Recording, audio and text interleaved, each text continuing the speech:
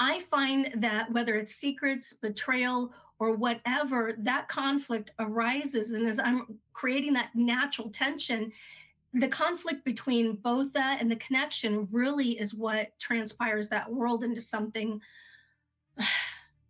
more tangible and more real. But I'm definitely all about chemistry grows when two characters are in different beliefs, different goals, different settings, secrets. That's what makes the story, I think, really fantastic and stuff like that.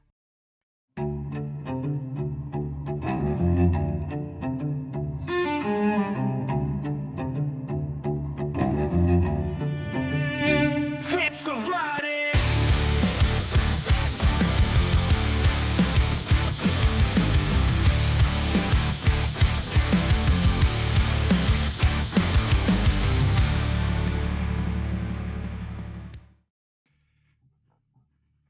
Good evening, Scribbles and Scratches. This is Sean, your host this evening. I am excited to bring the next guest onto the show, but first I will shill for likes, subscriptions, notification bell dings, and all of the things of the like.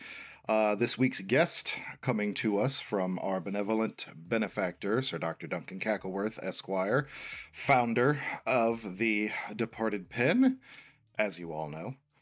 She, our guest, is a sleuth of legends, a sister of twists, co-owner of a 200-year-old watermill. Scribbles and Scratches, we present to you Cyndi Brec. How are you doing tonight, Cyndi?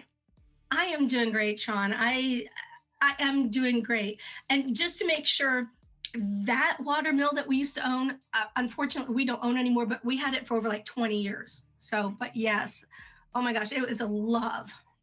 All So, right.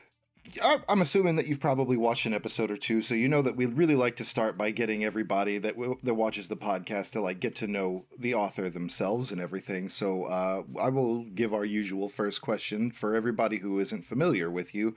Where does Cyndi Brec's story begin? um, my story, my personal story, as far as my writing journey, begins with the fact that I always had problems reading. And so the challenge of learning to write was really important to me. And I don't know, I just had a dream, I had an aspiration, but my combination of loving challenges and not reading until I was closer into third grade because I have dyslexia um, really was significant in my life. And so with that, I ended up finding that I had to struggle, but I could not give up on myself. And so that's where pretty much things started for me. Uh, and then I realized when I started getting to writing, wow, I had a good use of words. I knew how to put things together, even though I wasn't great at punctuation and grammar. But that's where it kind of started, a dream and aspiration. And that dream fulfilled and kind of like, I don't know, one night I was just laying there in bed and you know how your mind just goes and just spirals out of control? Have you ever had that, Sean? Oh, I hate those nights. But I I do know don't know. what you're talking about. Well, good. Then I don't know. I was just there and I'm just laying there and I'm like, I just get this like image of this girl and all the issues that she's getting into. And of course, I used that mill that we were talking about earlier, that historical setting, and it's real, it exists. And I'm like, I felt the realness of it because I could anchor it to a true setting. And I felt a connection with her. And my character, Callie, kind of comes off as a mixture of my daughter and me. And it just felt to life. And I just started actually physically putting pen to paper and I wrote. I didn't type. I wrote. And then I found that I was writing. I was writing more to the point that, you know, when you talk about the inspiration or the where this came from, I got to the point that I was waking up in the middle of the night, had a little notepad by my bed, and I was writing down what was happening. My husband got to the point. It's either you're out of the bed or that notepad is out of the bed. So I was like, ooh, okay. Because I would turn my flashlight on my phone and start writing just so it jogged my memory so I could actually get at the pen and paper. but now I definitely use computers. I'm advanced in technology now. No, no, no. Into the future. Um, Yes. okay, well, yeah, I mean, I definitely want to talk a little bit later about the struggles of having some, a situation like being dyslexic and still trying to write. I understand very much that worry that your head will explode if you don't get an idea out of your head and onto some medium. I Oh don't, yeah. any kind, whatever, fits your fancy. But it is heartening to see that you have not only like created this trilogy, you're two books in, you have one that's very near to completion and publication. You but you also have like a lot of extra material that's out there that I saw on Amazon that people can is the purpose of those to like fill out the lore or tell additional stories? I think you mentioned prequels before we got started. You want to talk about that a little bit? Yeah. Okay. So when an author writes a book and you get that first book, you're anchored into it. However, your mind as a reader goes to, well, I wonder about this, or well, why the author do that? And I wrote those questions down as I was writing the three main books of the Theran series. Why did this happen? Why is this significant to the main structure of the trilogy? And so what I did was I had those questions and I was able to take those questions and fill them in and create a story around them. Like, for instance, when my character Callie, her parents are dead. Well, who were they? What were they? Why was their life so significant? And I expand on Callie's life in book two, but then in those prequels, two of the short stories in the prequels, you get to know who her parents were, why they chose to come to America from Scotland, why the backstory behind why history is so prevalent. The Therans in my world building, I created them to be stewards of history, Okay. and they have powers. And so the combination of those two and the backstory of the prequels just kind of gives that reader a little bit more flavor to the story. And I what how do you say, what teen or what adult, because I love to read stuff like this, doesn't like to get a book and open up a secret diary? And that's what Scarred Secrets is. It's just 80 pages of Callie's internal thoughts and actions, and it's all done in a dramatic way, but it gives you a flavor of what she's struggling through with her dyslexia, what she's struggling through with her identity, and why she feels her powers are a curse and not a blessing, that kind of stuff. And I just think it's really important to not just write a book, but and leave it, but to write a book and submerge the reader into more, especially if they like that world. So Sure. that was kind of like my main thing. Yeah, I like that. It's very like it's almost like you could get through the trilogy and everything and look at everything surface level, but if you were going to really want to get to know all of the characters and a lot of the whys that aren't relevant to the story, you can go and get deeper into that and really Mhm. get into the richness of the characters and the plot and the wither twos and the y fours Oh yeah. in the A plus material. So I really think that that's an interesting idea. I am seeing it a little bit more and as I'm talking to folks across doing this, and I do find that really intriguing. So, but regarding the trilogy itself and everything, can you give everybody who hasn't heard of it, hasn't read it yet, sort of an elevator pitch for the overall storyline, and then maybe we can talk about books one and two? Okay. So the overall pitch is Callie has struggles. She is an instrument of prophecy. She has no idea she's an instrument of prophecy. And it's kind of like prophecy rewrites history. And so that's what's significant about Callie. She's uncovering who she is as she's going through book one and two. She's uncovering the Theran world. And then she lands plump right into another world because it's a dual world trilogy. And she's got to figure out what's going on, how she fits into it, and how she has to correct what was in history to make sure the future is okay. And it's not time travel, none of that. Okay. So I that's just kind of like the overall arc of it. There's definitely a huge character arc to her journey, but that's the overall storyline of it. Okay. Well, I've heard you say a couple of times now that that the Theran trilogy is a two-world trilogy. Mhm. Can we dive into what that means exactly? You've mentioned the Therans and that they're keepers of history, and that the rest of the story, I'm assuming, part of the story takes place there, but part of the story takes place in the real world, um, where we all sit right now. Can we Correct. talk about like that dichotomy a little bit so that people know like what they're signing up for when they crack your book open? Okay, so what you're signing up for when you crack the Theron's world open, you could actually physically go to the place where Callie lives, her Hmm. home, her the water mill that she works out. However, the in plain sight, as in her world in plain sight, I've created this fictitious world, the Therans. However, the Therans world opens up into her studying history, her learning about her history, because Therans are stewards of history. However, the Theran world opens up into another world. Okay. Not just, yes, exactly. The dual world trilogy of the Therans is that the Therans were created for a purpose by another lost civilization. And if you think about Therans, you break Therans down, Thera, island of Thera or Santorini, and that gets you into Atlantis. So there's a whole level of world building for the dual world trilogy behind each storyline.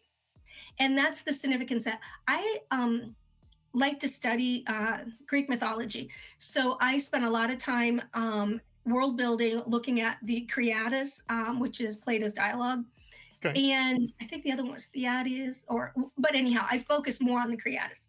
And so I used that, the governmental structure, the system, and everything. And then I put my own mythical creatures in there because I don't know, I love mythical creatures and tried to help that steer the storyline. But that's kind of like a little bit of the backlog without giving spoilers away of the Theron's world and how another lost civilization comes into play and how they're interconnected within the trilogy. I am also a fan of that kind of mythology, and I really appreciate somebody who takes the time to take those ideas and some of the themes from those old stories and twist them into a new one. So you've definitely got my attention there. I think that I don't. It's not fan fiction. Like it because you can use however much of it you want. Nobody will get mad. All of the people who wrote, you know, the stories you're you're pulling from are dead anyway. So, but you have that opportunity to kind of create that and borrow those themes and everything. It it makes me wonder. Like you said, no spoilers when you were saying your when you were talking earlier. So what can you give me about what Callie's purpose in the whole storyline is for, besides from her character growth arc, before you would tell somebody shut up and buy the book? Okay, so you've heard that saying, and I hope I'm answering this question right, but you've heard that saying, history is written by the victor. Yes. Okay, but there's always another side. That's not the victor's stance. This storyline gives you the secrets behind the history that's not written by the victor, the history that needs to stay buried. Otherwise, if it comes to life, it will haunt the future. And so that's where, when I said a while back, history kind of it rewrites itself, and Callie's an instrument of prophecy. That's the significance of this storyline. I mean, I actually took things about the Alexandrian Library, Mhm. created a fictitious story about it to anchor why the two factions of the Therans broke off, so one could keep their bloodline pure, so that they could, without spoiling things, so that they could keep their lineage pure, so that they know or knew that by keeping their lineage clean, they knew that the chosen one would come through that path. And I'm not saying chosen one Christ, because I know that's different. But what I'm saying is the chosen one in the story world. But Okay. the important thing is that how do you say, there's a lot of world building, a lot of mapping. Like I have the map back here. I mean, I have 7 boards that between whiteboards and cork boards that had to keep me literally on path. My writing this story world was kind of interesting because I would have a colored string that was a cork up here pinned, and it went down to here and then went up to here, and the other one went from here, another string went over here, just so I could stay on track in all 3 stories. And I have made sure before book 1 got published, I knew I had book 3 done or pretty close to being done, so that everything would line up really well. But yeah. Okay. So you're a planner as you write and everything, especially if you're ah, No, no, no, no, no, no, it's so hard to no. find outliners anymore. I'm so Okay, no, no, lonely. no. I have a friend, author John Newton. He is like spastic, like really like no 100 pages. He will have all this kind of stuff, like an outline. And I mean, I will sit and I will listen to it, and I have, but okay, what's his name? Oh, I'm trying to think. James Scott Bell. Okay, I kind of am one of those people. I'm not a pantser. I was, but I'm not a pantser and I'm not a plotter. I'm somebody that I have a sticky note. I have Act One, Act Two, Act Three, and I put that sticky note there. Mhm. So I know 3 chapters out, I know exactly where I'm headed. However, I'm not stupid. I know for a fact that anchored into Callie's head, I have got to listen to what she's saying because she's the one that steers this story world. Yeah, I know I want this scene. This scene needs to move forward because it will flush things out. It will make more things visible for what is to come next. But Okay. I don't know the end of the book totally because I'm also wanting to be surprised.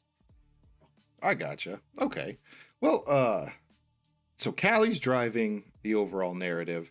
You've got you say that you don't know how it's going to end, but I wanted to just make sure, like, is this over with the end of book 3, or are you planning on going on? Or is there going to be more offshoots, sequels, anything like that? Okay, so there's this guy, Jonas Saul. He was my agent when I was with him. Okay. And I'm on the indie route, but I was traditional at first. He has written so many books, and Sean, he's a really good writer, but he keeps the storyline going of his character. Okay. And there was just something about flushing out something and having and knowing a character that it's almost like a second skin. It's like it's part of you. And so, to answer that question, after I finished book 3, I was like, why am I stopping? If there's something that's so good, that something I feel so good about, something that teens, adults could get anchored in, that because I write high stakes, dangerous secrets, and hidden history, maybe I didn't have to stop there. And so I already started the college years. And I'm not a fast writer because I write every day, but I'm doing so much world building. And I mean, like this college years, man, I've got the Minotaur, Helen of Troy. I mean, I've got some things I never thought I'd approach, especially when, you know, I'm writing a contemporary book talking about history and trying to bring the ideas of Greek mythology into the focus of the current world. And so it's kind of hard to play off that. At the same time, I'm trying to do so many other things. I don't know. I think history is so important. So, but anyhow, but I'm definitely writing the college years. So I don't know. I just can't give up on her. She's a Uh, part of me. I mean, if she's only just going into college, she's got a whole lot more life to live and a whole lot more problems that she's going to have to deal with anyway. So, yeah, it Okay. makes sense. If her story's not over, then it's not over, and nobody would know better than you. So, uh, I Oh think yeah. that Oh yeah. there's probably a few folks that have read your stories right now that'd be very excited to find out that Callie's adventures go on. Um, eh, about this kind of will help us sort of bleed into the writing.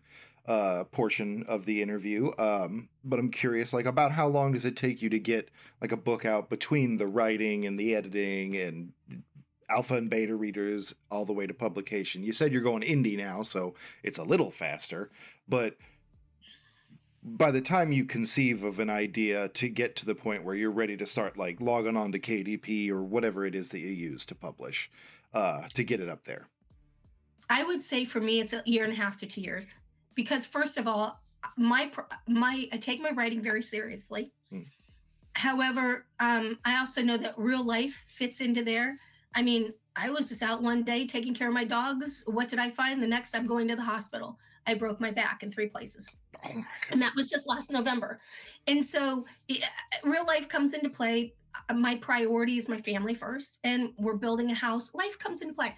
But it takes me about a year and a half, 2 years. Because I write the story, I take my time at it, and I have to look back from, like, even the book that I'm writing currently now, I have to go back and make sure that certain things tie up. And hey, wait, I know I said something back in book one. So I have to make sure that it's okay in this next current duology that I'm working on, because I sure as heck don't want somebody reading my stuff and saying, where was she thinking, or what was she thinking when she did this, because it contradicted this. Right, So right. no, I take that time to make sure it's done and done right. See, that's the reason I outline is because I don't know why, if it's just a personal thing, but I would like fall down dead if somebody was telling me I was contradicting myself and I didn't have a good defense for it. But I love having that real level of appreciation for the story that I've created too. So I am also very meticulous, or at least try to be, to obey the corkboard. Oh yeah, And oh yeah. or the outline or whatever it is that you have. So I appreciate that with you. One big question that I had when I was going over your submission and everything, especially with the interesting facts that you gave us, the first one that I wanted to make sure that I asked you and see if you had any advice for anybody would be, like, you mentioned that you were dyslexic, and that it's been a struggle, but what do you think you could give other folks who might be dyslexic but have a story in their head? What can you offer them to try out to help them get over that hump and achieve creating a story? Um, I think achieving a story is more so getting your butt in the chair. And when you have, or at least I experience this imposter syndrome, because with dyslexia, I'm like, I transpose letters. I even will flip sometimes the last part of the section of the sentence to the front. It's just, and don't write under stress. Do not. And don't write when you're tired. But anyhow, I would say the biggest thing that kept me on track was, one, I had a writer's group that I was involved with for 15 years. They would always look over my stuff. They would help make sure that, hey, this is cohesive, this is not. So that really helped. And I, even still to this day, I'm never going to get rid of dyslexia, but I know what triggers it. I know what sets it off, like I said, tired and stuff like that. But in addition to that, every day you have to have a routine. You have to write when you're most alert, and you could get into that moment to anchor yourself. And anchor yourself is not just physically getting in the chair, it is actually mentally anchoring yourself. I find a friend of mine introduced me to a writing sprints, and she's a beautiful writer. But I was like, what the heck, a writing sprints? You know, I'm so trained now with writing sprints that the ticking of the clock is almost like a white noise. Okay. It just kind of like gets me in that moment. But I would definitely say don't give up on yourself either. So I don't know that I've ever heard of writing sprints, so I'm not a member of any it's writing not groups. something I made up. Well, tell Google everybody who. writing sprints and you'll find it. Do you know Oh, what it is? no, I don't. If you would, go ahead and let us Yeah. know. Okay. So a writing sprint is that you set aside time, whether it's 25 minutes or 45 minutes. You take a clock, you set the timer, And what you do is your butt is not allowed out of that chair at all. You have your drink, you have your vape, you have whatever you want that keeps you going and you in that chair. And you sit and you write. And if it takes you a little while to get into the zone, which it does sometimes, you take a writing prompt and allow that to incentivize you. But the important thing is you don't get out of that chair and you write for that duration of that time. No phone, there's nothing that, no answering emails, nothing. Hmm. Kids in bed, whatever it is, you know? And it really, once you implement it for a while, it's so much quicker for you to know that when you set that timer, you could get back into that zone of mental readiness to write your story. And it's so, it is so invigorating and good because you're trained to pick up where you last left off in a story world, that I Yeah. don't always have to reread what I previously written. I just know it's almost like it flushes the thoughts forward when you're in that chair. So, but writing, that's what writing sprints are. And there's writing sprints you could do online, whether we used to be through like NaNoWriMo, they used to do that, but even our writing guild, when I was part of that group, we would do it like on Tuesday nights. A couple of us would get together and we do writing sprints, and you'd write 25 minutes. If somebody had an issue, you spoke for 5 minutes and you went back to writing. Hmm. It's really good, and it's that routine. It's what establishes that routine, and then it helps you anchor into that moment. Yeah, I can see that working, like sort of training your brain. It's like, this is all I Yep. have to do right now, and it's the only thing Oh I'm yes. allowed to do. And so help me. Yep. I get it. Okay, Oh yeah. I'm good with that. Uh, that actually really works well. Like, you're doing great, because this goes right into the next question that I was going to have, because you mentioned your routine in your interesting facts, that you had a specific drink that you like to have, and I'll let you tell everybody what that is, but I was curious, what else is a part of your writing routine? What's if there's anything that you think is specially unique, or is there anything that's just a I can't do it if I don't have this? Well, I can't do it unless I have a beverage. Mhm. Beverage of choice is French vanilla iced coffee, but this just happens to be hot today because it's here in Ohio. It's kind of chilly, Okay. but I yeah. Yeah, I've talked to folks before who was like, I have to have some bourbon, or I have to have the TV on. Um, when I sit down, I have a very specific horror movie that I have to have on in the background, running at volume of 4 on the TV, and I don't know if that's a little specific, but it is something that I enjoy hearing, but I've watched it so many times that I don't need to pay attention to it. And that really kind of, for whatever reason, sets my brain to the, oh, I'm writing now kind of thing. And Mhm. so, yeah, It's your trigger. I, It, I it's suppose. your trigger. Yeah, for me, it's kind of like that timer. I set that clock, Hmm. but I don't know. There's something about around 9:30 in the morning. I know that I've got everything done in the house, cleaning, everything like that, and I've worked out. And I sit back and I'm like, okay, I'm ready. It's there's just that is my space, my where I'm most mentally alert. And I usually have my beverage. I have my computer. I succeed to write more when I'm in my office. I know some people write better when they're at a coffee shop, whatever. I couldn't imagine spending all the money on a coffee every single day to write. I mean, mine is either a Keurig or something, but it's a lot cheaper. But uh, pretty much I don't require much more than that. Okay. Other than sometimes I have a dog, Tesla, who's actually in my story world, but he's always my sidekick.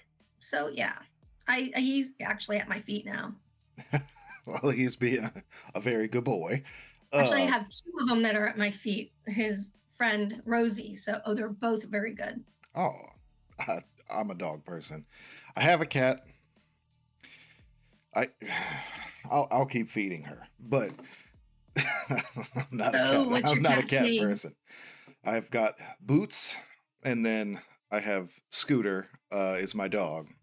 He's too needy. I couldn't have him in here whenever I'm recording. But my daughters are begging me to get a third animal so that we can name it Boogie, so that we'd have Boot, Scoot, and Boot Boogie. Scoot and Boogie.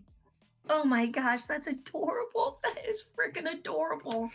But they got a personality and you gotta love them. And that's why I think that's one of the reasons why I worked Tesla into the story because he's so real to me because I mean, he lives with me and stuff like that. So I don't know. It was just kind of, and I think dogs and stories kind of make it a little bit more real.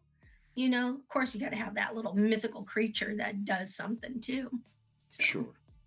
Well, that was a fun little tangent to talk about, and I'd like to hear a little bit more about how Tesla engages in your story or right after I acknowledge that I've probably pissed off every cat owner that watches our show. So thanks for unsubscribing. hey, we said that we love them. I We said said I'll keep feeding her. Okay, I love animals, and that's the important thing. You are Sean, you are still feeding that cat, so and you let your daughters love her. Yeah, but she doesn't want the daughter's love. Oh, she wants you. Yeah, of course, because I am the food. Uh, but uh, how important to the story would you say? Like, is your dog's still named Tesla in the story too? hmm How important is Tesla to the overall plot and everything? Just out of my own curiosity. He helps find problems. He Pivotal. helps not that he's the legend sleuth or that's me, but he helps bring light to issues throughout the story. He befriends as the story progresses in the story world and stuff. Especially one of the short stories that's really funny. He definitely befriends one of the characters, the mythical creatures, I should say. And so, yeah, Tesla's very important to the overall story world. Interesting thing, we had a true life situation happen at the mill that we used to own that I told you about. And that story would be that my husband, when he was building this water wheel, and it's an 18-foot overshot water wheel, and this started in 2002. There were four guys that were doing this, and Jeff Kinsey would put down a piece of a tool, like a hammer or something, and he'd turn around to pick it back up, and it disappeared. I Hmm. mean, it just totally like, I mean, this building is built in 1816. So you're sitting back thinking, what in the heck? I mean, Randy, my father in law, Jeff, and my husband, Rich, all of them experienced like goosebump moments, right? And so what I did was I took those goosebumps moments and created this fictional character or creature, I should say, that would steal their stuff. And as the story progresses in the trilogy, like book one, you kind of get to know he's there. Book two, definitely get to know, but you don't get to encounter him until book three because you know Tim the Toolman Taylor Wilson, he Hmm. doesn't show his face at all. I like that mystery behind that, and so I created this fictional character creature, and you get to see who he is in book three, and I mean all this kind of stuff. But he's kind of like a kleptomaniac. You know, he Okay, likes to steal things and stuff like that. But Tesla and him, best buds ever. that's So, funny. oh I yeah, thought you that the gotta have some Tesla was where humor. you were going with that story. That he was Well, just making off with hammers and stuff.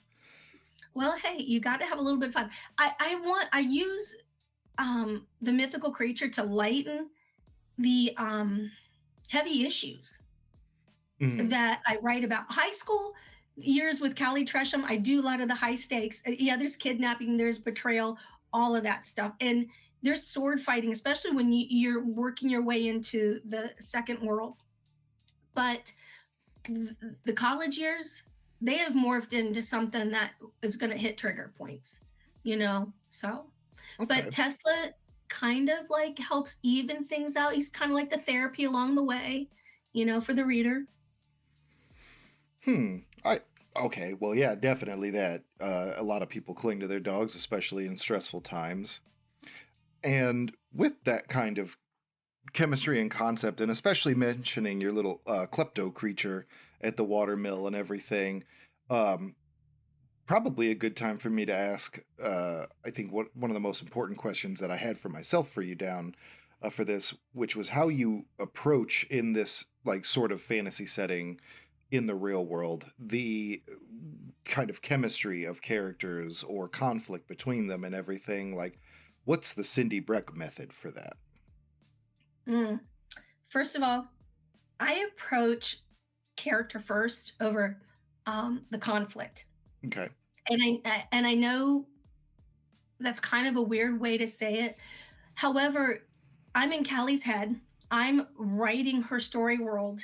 And as she's moving forward in through internal thoughts and into new situations, like I said, I had those sticky notes that would lead me to that next conflict. I find that whether it's secrets, betrayal, or whatever, that conflict arises. And as I'm creating that natural tension, the conflict between both that and the connection really is what transpires that world into something more tangible and more real. But I'm definitely all about chemistry grows when two characters are in different beliefs, different goals, different settings, secrets. That's what makes the story, I think, really fantastic and stuff like that. But that's my approach is more starting off with the character and then working the conflict into her world because it's got to be plausible and believable, the conflict. Sure. Well, the conflict happens to the character, and the character happens to the conflict. Hmm. So I can appreciate that. As far as like what you were saying with the chemistry between them, even allies or enemies, throughout your stories and whatnot, you were talking about their goals and their motivations and everything. Even the people who are working side by side with Callie, having their own set of goals. If the end point's the same, but their motivations are different, you feel that that helps with their own chemistry and how they interact with each other? Oh yeah, yeah. I think I think it definitely helps with their own chemistry. I I don't. It's really hard for me how to explain it when I'm in the writing moment. I know if this chemistry is opposed to this, it only enriches the layer of the world building. Sure. And I think the setting has so much um, layers to the tension of that world building because a lot of the times, like the situation I was doing with research to the current book I'm working on, I actually had to physically go to the museum and study some of the stuff. Okay, so the Seville Museum is in Wayne County, Ohio. Okay. And so I went there, and the history behind that was that these characters are not characters, these people in real life lived in the 1800s, late 1800s, but he was almost 8 foot tall.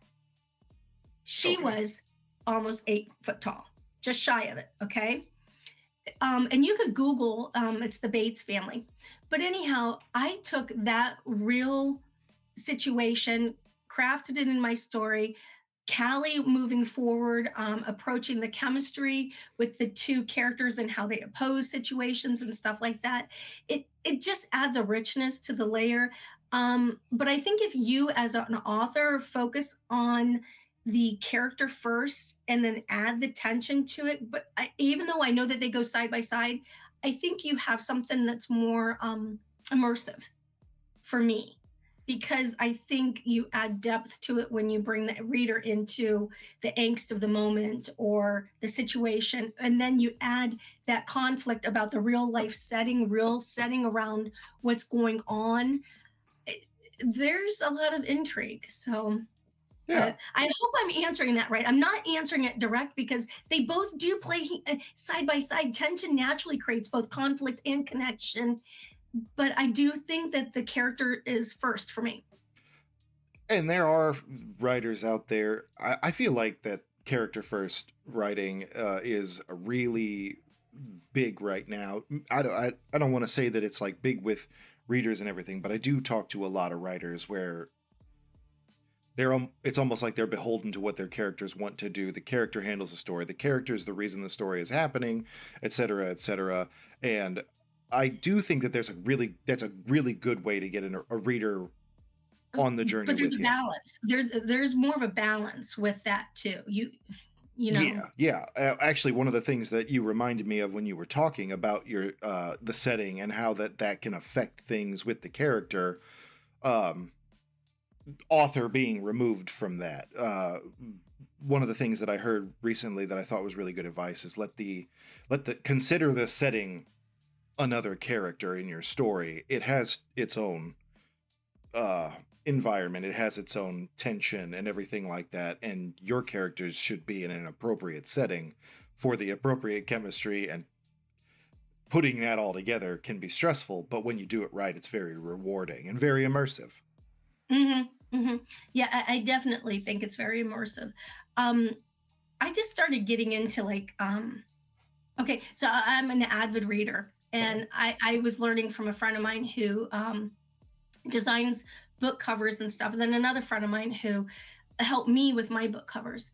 How to look at a book cover and say, hey, this is like a cover crush. This is something dynamic and really good.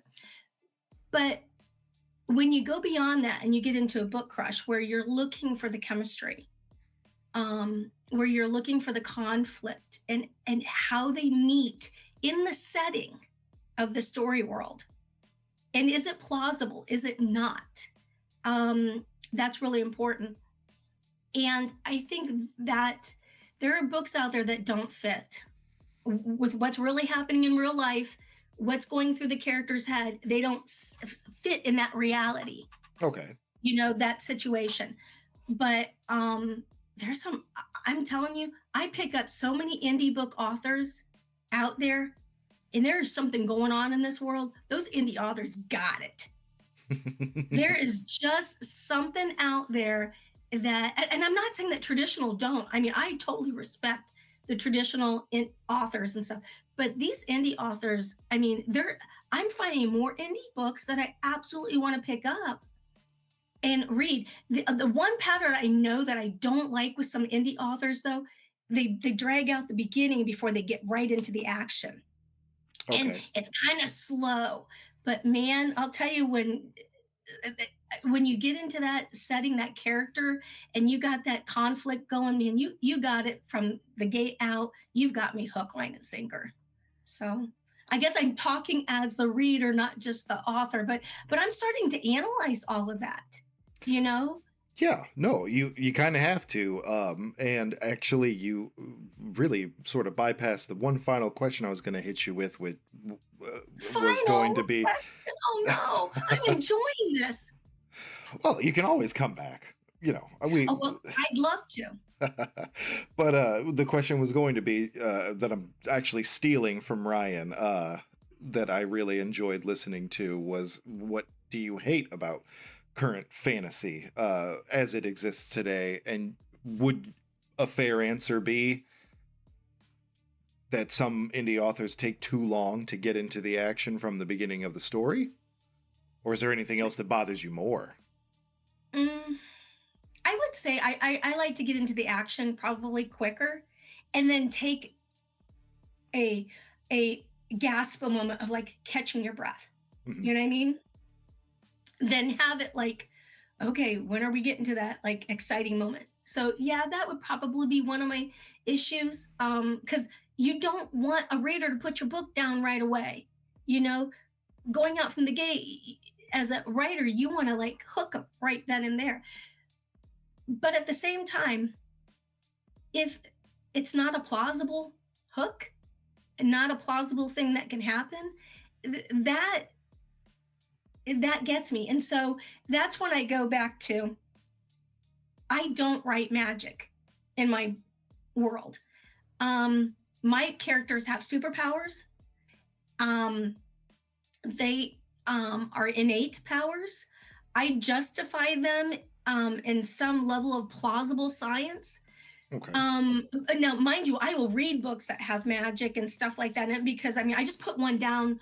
And I just wrote a book review about it because oh my gosh, I really liked it. She was a little slow starting out, but man, she knows what she's doing. But anyhow, when they have magic and it's just okay, you wave a wand and this problem solved. I think that's probably my biggest issue. You know, I'm right when there with you. okay, Sean, when you could back a reader to where they feel like they're the character and their back is pressed against that freaking wall and they feel every sweat drop down their back with tension and conflict because they're facing a fanged creature right there. And it's like, how in the heck are you going to get that character out of that situation? And then when you turn back around and you've added this creature or whatever you've done as an author, and you've brought something around plausible that just like totally sweeps the reader away with, oh my gosh, they did that, and it wasn't magically like a wand or whatever. Hmm. You keep your reader in the seat more. So, Sure. but that's just my thinking. And I will be flat out straight. I write clean stuff. I don't put sex in my stuff. If somebody wants to read that stuff as an adult, I'm like, hey, go for it. That's your stuff. Not that I'm okay doing it, but I want people to read my stuff because they're reading it because they're immersed into the world, not because they're going to have 4 pages of sex that isn't there. And I do think there's a balance between. I do think authors have a right to be creative and write what they want as far as sexual stuff. But I myself could only imagine. Gosh, my daughter reading my book and seeing into the world. If I wrote that stuff, not happening. 12 to 18-year-olds do not need to be in the head of learning anatomy 101 like that. Right. So I don't mean to bore anybody, and my books aren't boring, but I'm just gonna say that stuff's not there. Well, So right. Yeah, your books aren't boring, but if that's your thing, there's a whole genre of smut out there that you can yeah, go get but then at the same involved in. time, Sean, people need to be. I have this acquaintance, this author, and I respect her. She writes sex. Um, Not that I'm gonna pick up and read her book because I don't get into the sex stuff, but she tells you could pick up her book and because of the book cover, because of what's on that book cover, because the blurb and how it's well written, that it's for adults. A Hmm. friend of mine, we went to an expo and we ended up coming out of that expo and she was like so excited to read this book, right? The book cover was like a woman facing away, innocent looking, everything. The back blurb was nicely done, everything, right? And she's like, what she got? Didn't say that it was reverse harem. I didn't say any of that, you know? And Right. so I think we as authors need to make sure readers know what we write, whether it's sex or it's not. And we write for that genre of age that we are representing. So, but I guess that's another pet peeve. Boy, you just got me rambling. I guess I better shut up. No, you're these things are for the hot takes and a chance for authors to vent about the things that they see that grind their gears and things like that. And it's just another piece of you for that maybe there's folks who will be watching the show that they'll respect that and that they don't like, making the beast with two backs in a fantasy novel. So I think that it's definitely good to kind of get that you-ness out there and really kind of tell people who you are, how your stories operate, and things like that. Um, but we are getting close to the point where we're out of time. Uh, I'm going to cry. you don't have to. You're welcome to come back. Uh, we'll talk about that whenever we get to the end. As far as for anybody who wants to check out the Theran Trilogy and the other stuff that you've got going on, where is a great place to follow you, where you're the most active, and where can they buy your books? Okay, so right now I'm on Instagram and Facebook. I am trying to get on YouTube, but I am not the tech savviest person. So you can also get my books on Amazon. You could also I have them in some bookstores, and then you could also get it off my website, even www.cyndybrec.com. So there's several places out there that you can get it. One thing I will say that I'm very honored to have about my books is that I took them to one level more. If people read my books, they will find at the very back that I have actually book study questions. So if they get into an interactive group, whether it's with kids, adults, whatever, because my books are geared for 13 and up. But if they look at it, they will see questions that should prod them to think, wow, what's going on? And that lead into even the next book that's coming out. So very thought provoking. But yeah. Well, that's interesting. I don't think I've ever heard talked to anybody yet who did something like that. So, well, good. You can read Cyndi's books and even do the homework afterwards, but it is optional. Homework, homework, homework. Fun, fun, fun. Well, where would you say you're the most active where people can interact with you? Would it be your website or would it be like Facebook and Instagram? Well, I'm really active as far as I do have a really good newsletter following, and I do get a lot of emails. So I'm interactive there. So you could always reach out to me there. And you can find my newsletter there. And I do answer my emails. So that's not an issue. But Facebook and Instagram, I'm pretty active on those but my private group is where I'm more active and stuff like that. So I'm just a new author, indie author, just trying to get off the ground and trying to work my way through everything. So it's a learning curve, but those are places you'll find me. And I do answer my people's comments and stuff like that. So Well, great. I'm definitely hopeful that being on the channel will help you get your name out to a few extra people in any way, shape, or form. If you guys like the sound of Cyndi's story, put something down in the comments. Give her a follow. Join her newsletter and everything. Buy her book. Leave reviews. Reviews really, really help authors get their name out there. It really tells the Amazon algorithm and everything, hey, this book is worth promoting to people when they're looking for something like historical realism and historical fantasy, or magical realism. I'm sorry. yeah, well, yeah. I will say I have art reads that are still up that people are more than welcome to sign up for, and I do have the second book coming out May 14th. So it's like, hey. Perfect. All right. Well, where can people sign up for that at? I could send you the link if you are interested. Well, I'll put it down in the video description whenever. That sounds great. So anybody can post it. So if you viewer, go check it out. I also want to make mention that Cyndi put a Telltale together. We released that on Facebook and Instagram this past Sunday, and it will be here on the channel on Saturday for you to check out a little sample of her writing that's not related or spoiler or in any way, shape, or form to the Theran Trilogy. It's just a story she came up with from a photo we sent her. We have that competition going on for any of our writing viewers, followers, subscribers, etc. Scribbles and scratches, as we like to call them. One going up every month. We hope that people will submit to it. We will pick our favorite at the end of the month, and we will make one of those Telltale videos for you. So go check that out. Please, if you want to support us and the authors, one last time, like, subscribe, I beg you. And Cyndi, is there anything you want to say before we wrap it up? No, not at all. I just appreciate you, Sean, giving a door for authors like me, for people to come to our worlds and check them out. I appreciate it. You guys make our life a lot easier to help us market our stuff. Well, I certainly hope that it is effective, at least at some point.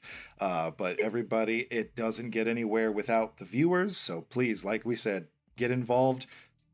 Tell Cyndi something that you liked about her book if you've read it. Anything like that. The engagement, it means the world. It really helps.